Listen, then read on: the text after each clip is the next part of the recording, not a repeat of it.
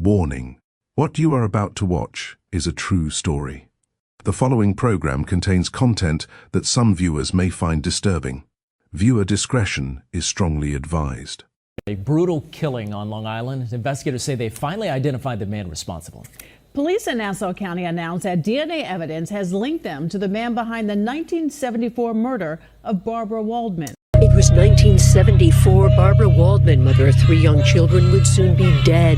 The 31-year-old NYU grad discovered on the second floor of the family's Oceanside home by son Eric after getting off the kindergarten school bus. I've had the image of my mom in my head since I'm 5. So it won't go away until I die. New York cold case was just solved after 52 years. 52 years. Let that sit for a second. In 1974, a young mother of 3 was murdered inside her own home on Long Island, New York. Her 5-year-old son found her. And for over half a century, nobody knew who did it. Until March of 2026, when police finally said a name out loud. Now watch this. A neighbor saw a man leaving the area that morning. She noticed one thing about him: his coat. Heavy, with a fur-lined hood. A man walking down the street on a cold January morning. It didn't register as anything worth reporting, not at the time. Now here's why this case is different.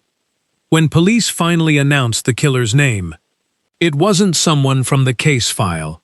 It couldn't be, because in 52 years of investigation, his name never appeared in it. Not once. No detective ever questioned him. No tip ever mentioned him. Nothing. He wasn't hiding in another state. He wasn't running from anyone. He was living less than 4 miles away. The entire time.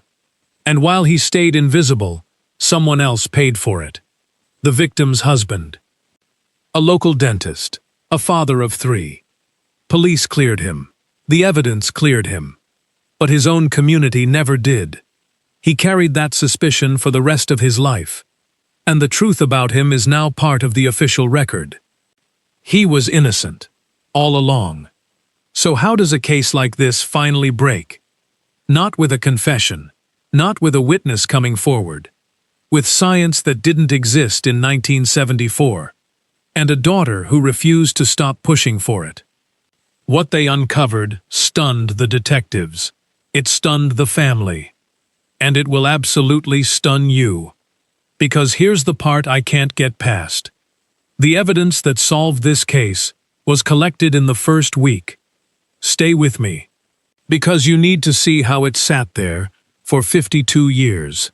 Friday morning, January 11th, 1974. Oceanside, New York. A hamlet on the south shore of Long Island. Sally Lane, the 3900 block. Colonial-style houses, small lots, kids on bicycles, neighbors who waved from driveways. The kind of street where nothing happens, until the day everything did. That morning starts like any other. The husband leaves for work. The 3 kids head off to school. The youngest, Eric, is 5 years old, kindergarten. By mid-morning, the house is quiet. Only one person is home. Barbara Waldman. Let me tell you who Barbara was. Through facts. 31 years old. A graduate of New York University. A mother of 3. Marla was 7. Larry was 6. Eric was 5. She volunteered with the local Cancer Society chapter. Long blonde hair. Well liked on the block. By every account, an ordinary woman. Living an ordinary life, on an ordinary street. Remember that, because what happens next targeted her specifically. Midday, Eric gets off the kindergarten school bus. He walks through the front door of his house. Alone. He goes upstairs, looking for his mom, and he finds her. On the bedroom floor. She had been attacked, tied up, and shot once. She was gone. I won't go further than that, out of respect. But I will tell you what Eric said, more than 50 years later, standing. I had the image of my mom in my head since I'm 5. So it won't go away until I die. Before we even get to the investigation, Nassau County homicide detectives take over the house, and I want you to walk the scene with them, one point at a time. Point 1. The doors and windows intact. No broken glass, no forced locks, no pry marks, nothing forced, anywhere. So how did he get in? 2 possibilities. The door was unlocked, or Barbara opened it. And here's the context you need. Oceanside, 1974. Doors on that block stayed unlocked during the day, especially in the morning, after the kids left, after the husbands drove off. A closed door was considered enough. Nobody thought twice about it. Until that Friday. Point 2. Detectives move room to room, and the house tells them something strange. Nothing is missing. No drawers pulled open. No cabinets disturbed. No valuables gone. The home was not ransacked. So cross out robbery. Completely. Whoever entered that house didn't come for property. He came for Barbara. The violence had one target. Her. That single fact will shape this entire case. Now, the evidence. 3 pieces. Collected within days. I need you to remember all 3, because this whole story hangs on them. Evidence piece number 1. A fingerprint, recovered from the scene. And not a smudge, not a partial mess. Clear, well-defined, usable for comparison. It belonged to no one in the Waldman family. Someone else had been in that house. And he left his mark behind. Evidence piece number 2. Biological material, collected from the scene. Now, understand something. In 1974, forensic DNA testing did not exist. Detectives couldn't read that evidence. Not yet. But they did something that saves this case. They preserved it, sealed it in evidence storage. A message to the future, basically. Hold that thought. For a long time. Evidence piece number 3. A witness. A neighbor on Sally Lane saw a man that morning, leaving the area, on foot. One detail stuck with her. His coat. Heavy, with a fur-lined hood. At the time, it meant nothing. A man in a warm coat. In January, on Long Island. Why would anyone report that? But after the news broke, she came forward. She sat with a police sketch artist, and her memory became a face. A composite sketch of the man in the fur-lined coat. File that image away. It comes back, in a way you will not expect. So look at what detectives are holding. Within 1 week, a clean fingerprint, preserved biological evidence, and a sketch of a possible suspect. By today's standards, this case gets solved, fast. But this was 1974, and 1974 was a wall. The fingerprint went out for comparison. Local records, state records, federal records, every system available at the time. No match. And here's the limitation people forget. In that era, there was no automated fingerprint searching. Comparing a crime scene print to a specific person required already knowing who to check. You needed a name first. They didn't have one. The sketch went everywhere instead. Published in local newspapers, posted in store windows, pinned to bulletin boards, circulated across Oceanside and all of Nassau County. Thousands of people saw that face. Detectives canvassed the block, interviewed family, friends, neighbors, chased tips from across Long Island. Dozens of investigators. Months of work. And not one viable suspect. Nobody ever named the man in the coat. So the case stalls. The print sits unmatched. The sketch sits unnamed. The sealed evidence sits in storage, waiting for science that hasn't been invented. Here's what this channel does. We track the evidence that solved impossible cases, decades later. Cold cases where the answer was sitting in a box the entire time. So subscribe right now. Because the 3 clues you just heard, the print, the sample, the sketch, are about to sit untouched for half a century. And you need to see what finally unlocks them. The killer walked away clean. So the neighborhood went looking for a suspect of their own. Every homicide detective starts in the same place, close to home. Statistically, that's where the answers usually are. The spouse, the family, the inner circle. So before anything else, Nassau County detectives looked at the husband, Gerald Waldman. And what happened to this man over the next 3 decades is a case study in how suspicion works, even when the record says otherwise. Start with who he was. On paper, a dentist. He ran his own practice, locally, right there in the community. A working professional, a father of 3. On that Friday morning, he had left for his practice. Like every workday, the kids went to school, and you know the rest. Now watch how the investigation handled him. Detectives brought Gerald in. Not once, multiple interviews. They pressed him on his whereabouts, hour by hour. His alibi was checked. It held. Under scrutiny, it held. They looked for physical evidence connecting him to the crime. There was none. Not a print. Not a fiber. Nothing. Remember the evidence from Chapter 1. That fingerprint belonged to no one in the family, including Gerald. He cooperated with every request. He was never arrested, never charged, never named a suspect by the department. That's the record, clean. But here's the problem. The public doesn't read case files. The public runs on a simpler formula. A wife is killed at home. No robbery, no stranger identified. So people fill the gap themselves. It's always the husband, right? You've heard it, everyone's heard it. And look, that instinct exists for a reason. Sometimes it's true. But an instinct is not evidence. And in this case, the evidence said something else. An unknown man's fingerprint. An unknown man's biological material. A sketch of an unknown man's face. 3 markers, all pointing away from Gerald. The neighborhood didn't care. The whispers started early. And they never stopped. Not that year. Not that decade. Oceanside was a close community. Small blocks. Everyone knew everyone. That's exactly what made it brutal.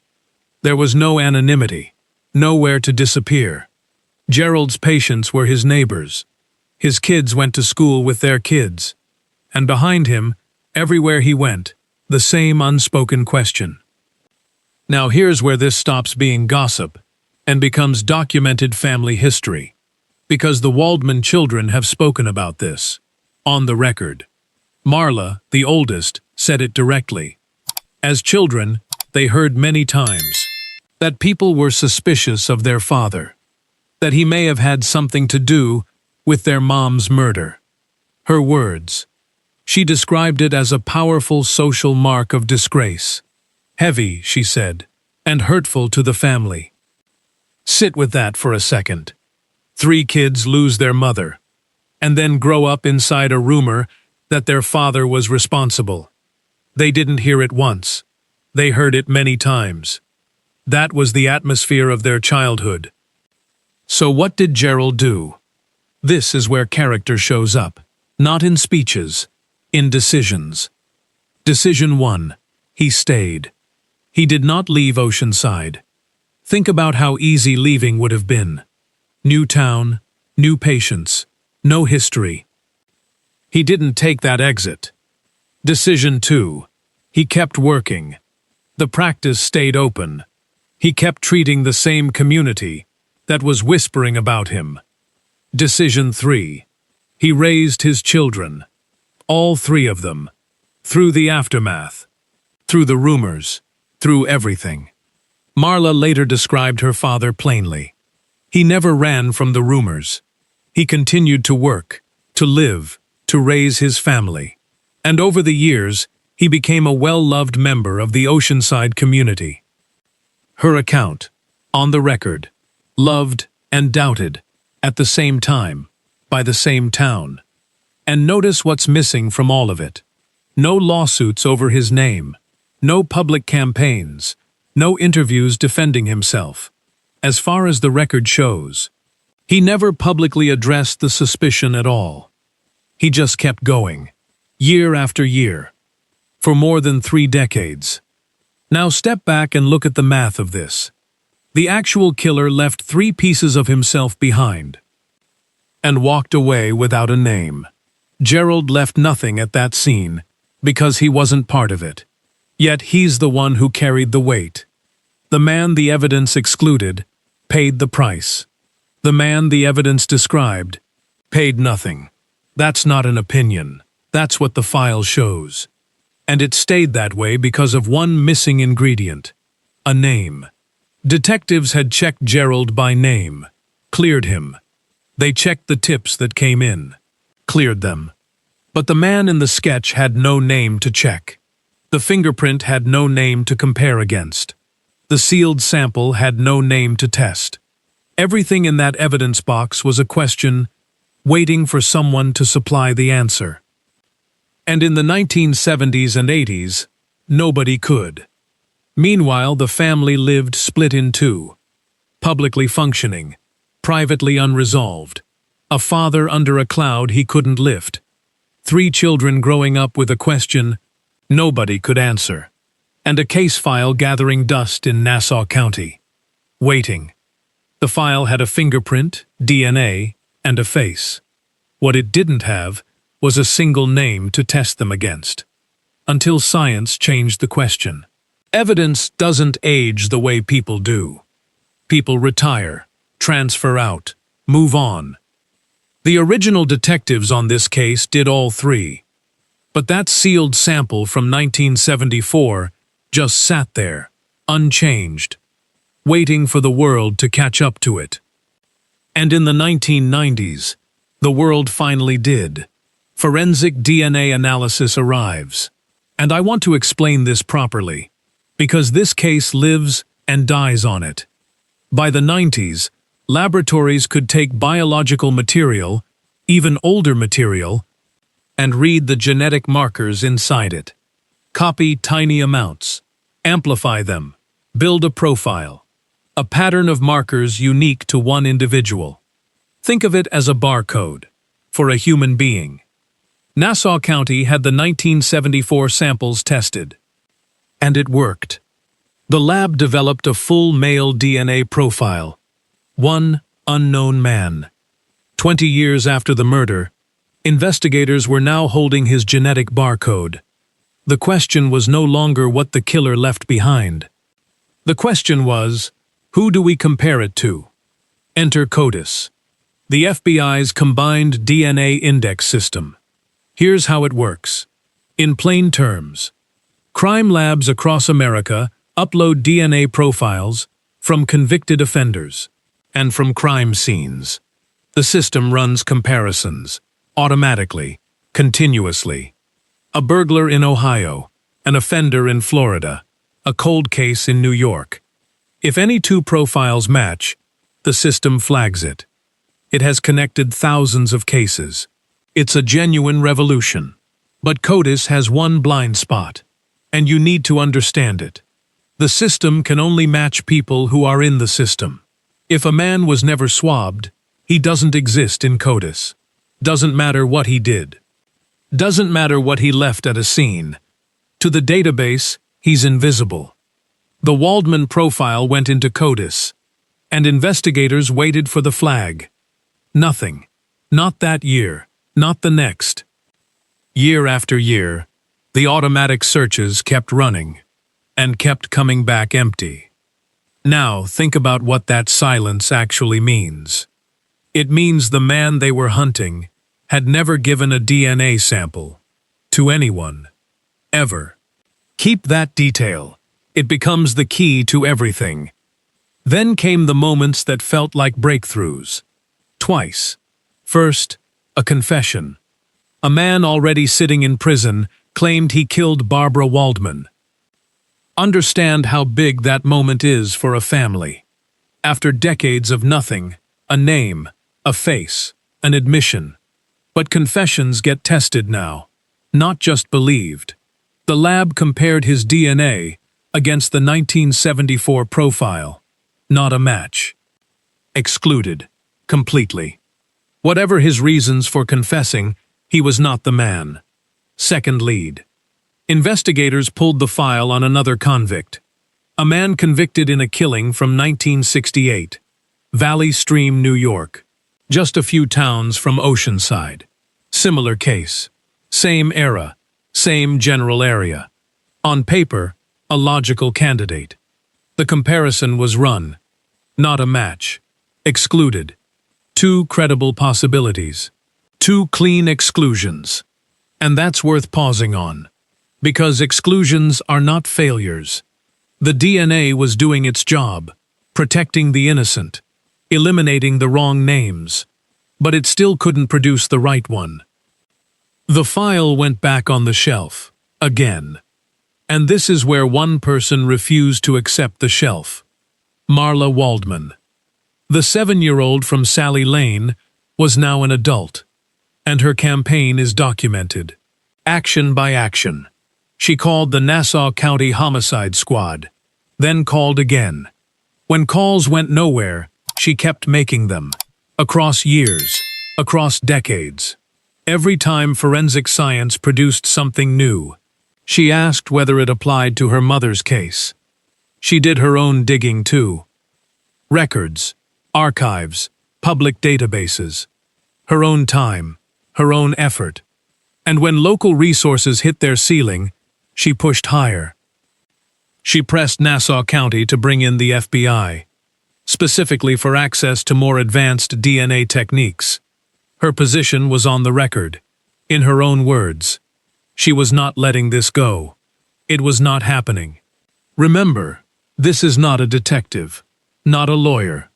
This is a daughter, working a cold case from the outside, for most of her adult life.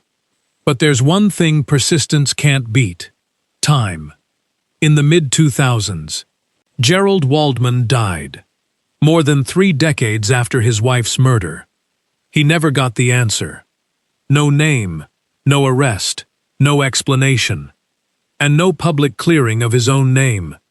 The suspicion you saw in the last chapter, say, was never lifted while he was alive. His son Larry later put it in one line.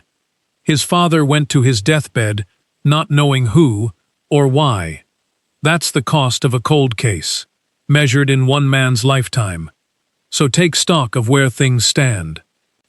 The fingerprint, still unmatched after 30-plus years. The sketch, still unnamed. The DNA profile, sitting in CODIS, flagging nothing. 2 suspects tested, both excluded.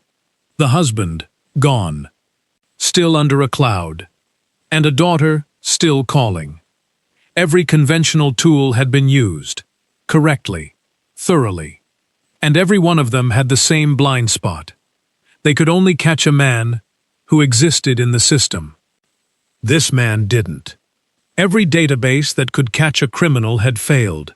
So investigators stopped searching criminal databases and started searching family trees. There's a lab in the Woodlands, Texas. Its entire business is cases everyone else gave up on. It's called Othram, a private forensic genetics laboratory. Their specialty is exactly what this case needed: pulling usable DNA profiles out of old, damaged, degraded evidence. Evidence other labs can't work with. And in 2024, 50 years after Sally Lane, the Waldman case landed on their bench. Here's how it got there. 3 agencies moved together. The Nassau County Police Department, the Nassau County District Attorney's Office, and the County Medical Examiner. They submitted the forensic evidence to Othram, the same material collected in January 1974. Preserved, sealed, half a century old. Remember Chapter 1. The detectives who saved that sample couldn't read it. Now a lab existed that could read almost anything. Let me explain what Othram actually does. Simply, standard DNA testing looks at a small set of markers, around 20 locations on the genome. That's enough for CODIS matching, when the sample is good. But 50-year-old material is not a good sample.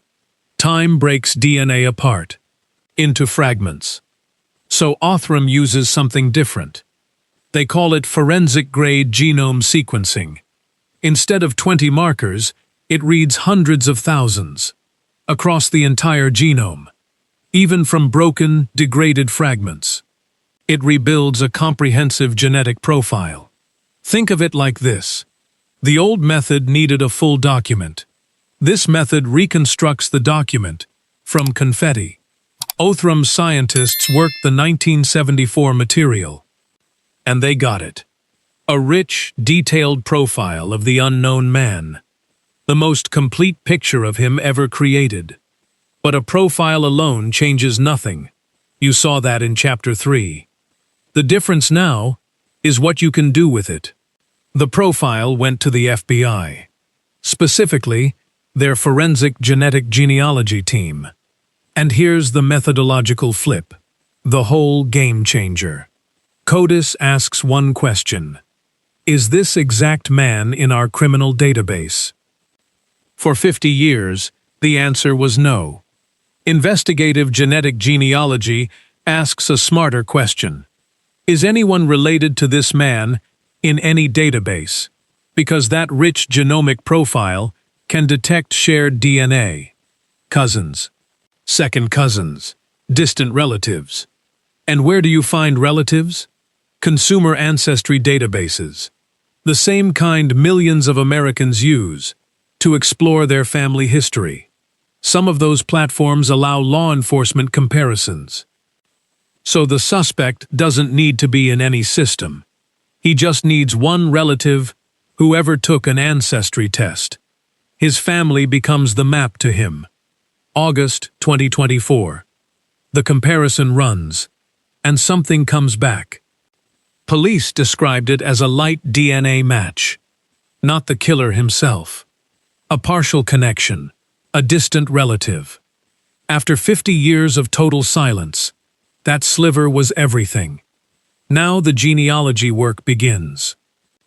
And this part is old-fashioned, almost no lab coats.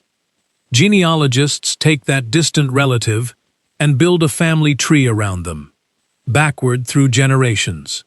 Birth certificates, marriage licenses, census records, property records.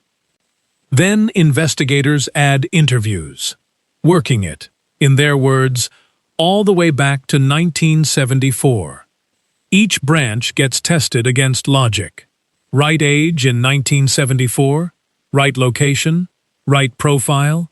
Branch by branch, the tree gets smaller. Hundreds of possible relatives narrowing toward one household. And when the tree finally settled, it pointed at a single family. Now here's the part that made detectives sit up. That family wasn't across the country. Not across the state. Not even across the county. The family was in Oceanside. The same hamlet. The same community. The same streets. The answer had never been far away. Not for one single day. Before I say his name, do two things for me. Drop a comment, tell me where you're watching from, and subscribe to this channel right now. Here's your reason.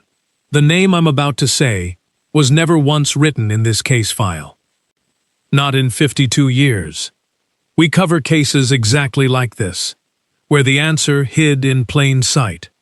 If that's the kind of story you're here for, this is the channel that tracks them down. His name was Thomas Generasio. Born February 1st, 1947. Run the math. January 1974, he was 26 years old. He lived less than 4 miles from the Waldman home. 4 miles. That's a few minutes of driving. On the same side of town. And here's the detail that reframes the entire case. His job. Thomas Generazio was a sanitation worker in Oceanside.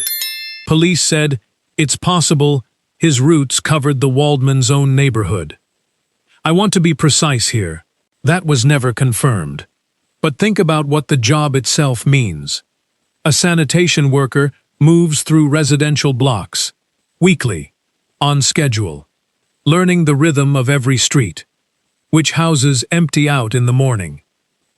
And nobody looks twice at him. He's supposed to be there. Now the question this whole series has been building toward. How does a man like this stay invisible for 50 years? Here's the answer, and it's uncomfortable. Generazio had a record. 2 prior arrests, 1 for assault, 1 for possession of stolen property. He was known to law enforcement, fingerprinted, booked. But both arrests happened before DNA collection existed. New York wasn't swabbing arrestees back then. The technology wasn't there. So his genetic profile was never entered into any system. That's the CODIS blind spot from Chapter 3, personified. The database searched for him for decades. He simply wasn't in it. Commissioner Patrick Ryder confirmed the other half. Generazio had never been known to the department in connection with this case. Never a suspect, never a tip, never a note in the margin. The man the evidence described had no name attached. Until a distant relative spit in a tube. DNA gave them a name. But police told the family a match alone wasn't enough. Someone had to connect this man to that sketch from 1974.